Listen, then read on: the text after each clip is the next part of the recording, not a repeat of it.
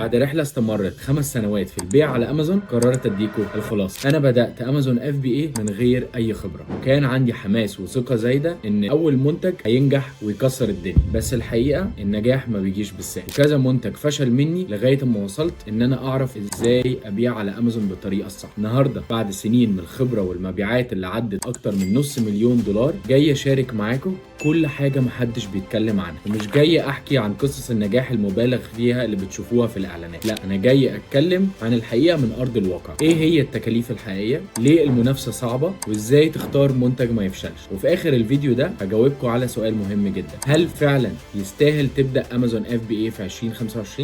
يلا نبدا. اول منتج ليا كان هانجر، علاقه هدوم، وكنت عاملها برايفت ليبل، يعني انا بجيب منتج احسنه شويه وبلزق عليه اللوجو بتاعي وببتدي ابيعه. وزي ما قلت لكم حطيت اللوجو وصورت المنتج بنفسي وقلت بس الدنيا كده تمام قوي. بس نسيت اهم حاجه، ان المنافسه شرسه جدا على امازون، والسوق مش فاضي ليا ومستني المنتج بتاعي. وان الصينيين كانوا بيعملوا نفس الهانجر بس بنص الثمن. لان انا لما باجي بشتري من مصنع لسه بيحط مكسب عليا، او بشتري من مورد لمصنع لسه بيحط مكسب عليا هو والمصنع. انما المنافسين الصينيين هو اصلا المصنع وبيبعت حاجته على هناك سعرها بنص ثمن، فما كنتش قادر اكمبيت ولا في السعر ولا في الكواليتي. والنتيجه ان المنتج اتحرق مني من غير ما اخد بالي. بس هنا بقى فرق المايند سيت، ان انا اعتبرت ده درس مش خساره، والدرس ده فتح لي عيني على حاجات كتيره قوي في امازون محدش بيحكي عنها. واحد، ايه هو امازون FBA اصلا؟ امازون FBA يعني fulfillment by امازون، يعني انت بتشتري منتجات بالجمله سواء من الصين او السوق المحلي وبتبعتهم للوير هاوس بتاع امازون، وهم بيقوموا بالباقي: الشحن، خدمه العملاء، تخزين، واستلام الفلوس. انت بس عليك تختار المنتج الصح وتبعته على امازون وتبتدي تعمل له ادفرتايز. سهل نظريا، ايوه.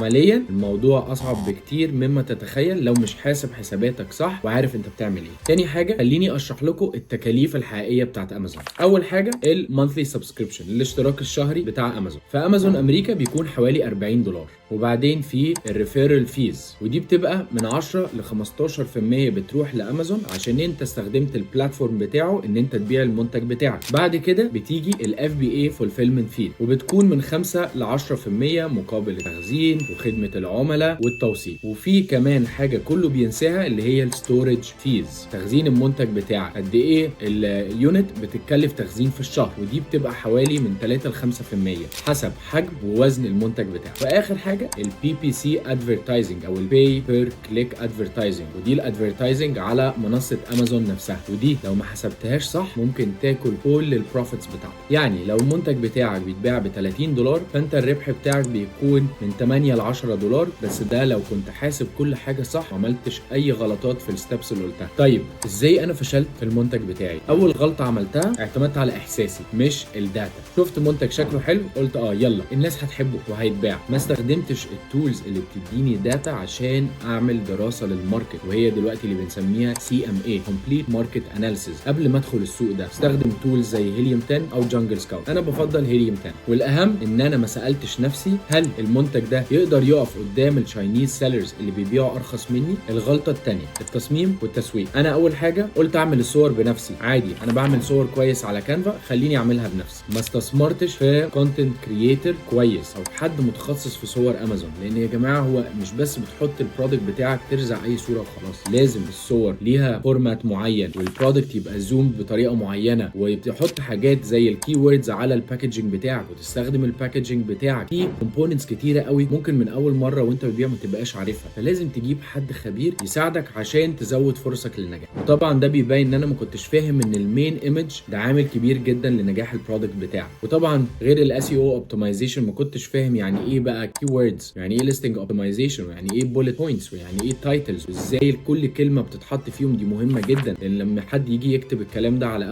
امازون يريكومند البرودكت بتاعك ان هو يطلع. وطبعا الاعلانات كنت فاكر ان هي مصاريف وتضييع فلوس وخلاص، وما كنتش بستثمر فيها خالص. والنتيجه ما قدرتش ابني برودكت قوي يستمر معايا ويفضل يدخل لي ده. انا لسه على فكره بعت كل البرودكت ورجعت كل فلوسي، بس ما عملتش ارباح، فانا هنا خسرت وقتي. بس اتعلمت حاجات كتيره قوي، هي دي اللي ساعدتني في المنتجات اللي بعد كده تبقى تبقى ناجحه. وهنا بعد كده التغيير. البرودكتس الفاشله هي اكتر برودكتس احنا اتعلمنا منها الدروس المهمه ان ازاي تلانش برودكت ناجح على امازون، وبقينا بس بنعمل داتا دريفن ديسيجنز. يعني انا مش بشوف منتج شكله حلو اقول والله ده الناس شكلها هتحبه، او انا ده عاجبني فاكيد هيعجب الناس. لا، لازم تشوف الداتا، تشوف الماركت، تشوف الكاتيجوري اللي بتبيع فيها، تشوف السعر، وبنعمل حاجه هنا اسمها ريفرس برايسنج استراتيجي. يعني انا باخد سعر الماركت وعلى اساسه بشوف هقدر اجيب سعر منافس ولا لا، مش ان انا لقيت سعره ده كويس قوي من المصنع والله ما الناس هتدفع فيه 20 30 دولار تمام يلا نبيعه. وبعد كده كل برودكت كنا بنعمل له لانش كان في كاتيجوري عندنا ان احنا بنمشي عليها، ما بنستهونش بالمين ايمجز، بنهتم جدا بالاس اي اوبتمايزيشن، وبنهتم جدا بالادفرتايز. طيب لو انت برضو ابتديت تبيع برودكت جديد، في شويه حاجات بتبتدي تبص عليها هي دي مؤشرات للنجاح ولا لا. اول حاجه اسمها الكليك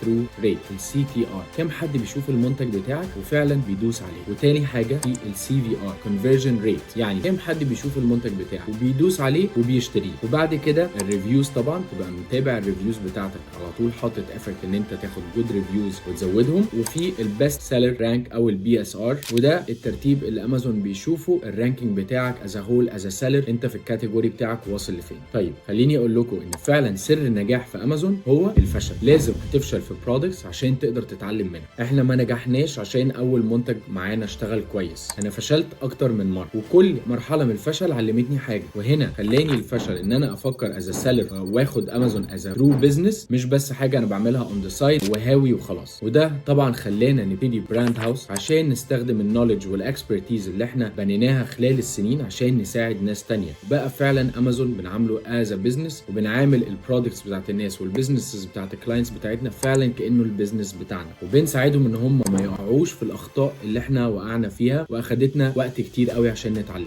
وبقينا دلوقتي بنساعد سيلرز كتيره قوي في السعوديه، في الامارات، وفي امريكا يبيعوا صح على امازون. طيب المليون دولار كويستشن واللي كله مستني اجابه، هل امازون اف بي اي يستاهل؟ او هل ابتدي امازون اف بي اي في 2025؟ الاجابه باختصار ايوه، بس هو مش لكل الناس. لازم تفهموا ان هو زي اي بزنس، وان هو مش مكنه طبع فلوس وخلاص، وان انت هتحتاج تحط فيه استثمار من وقتك ومن فلوسك وتتعلم، او تهير الناس الصح اللي يديروا لك الستور بالطريقه الصح. لو داخلين بهدف الباسيف انكم وان من غير اي تعب، انصحكم تبعدوا عن امازون، لان انت كده بتضحك على نفسك. لكن لو داخل فعلا تبني بزنس موديل حقيقي وبراند حقيقي وبرودكت بيحل مشكله حقيقيه للناس، امازون ممكن يغير حياتك. وانا كده شاركتكم تجربتي مش عشان اقول اني ناجح في امازون، انا شاركتكم الفشل لان هو اللي علمني، هو اللي بيخليني كل يوم ابقى احسن في حاجه او اتعلم حاجه جديده، او مهم جدا ان انا ابقى اتعلمت طريقه ما بتشتغلش. لو وصلت لاخر الفيديو ده اكتب لي تحت انا جاهز ابدا، ان انا عندي براند بتاعتي وجاهز ابتدي ابيع على امازون. ولو عندكم اي سؤال اكتبوه لي في الكومنتس وانا هرد عليه بنفسي. اشوفكم في الفيديو الجاي، وسيبكم من القصص الورديه، ابدا وافشل وتعلم، دي الطريقه. يلا سلام.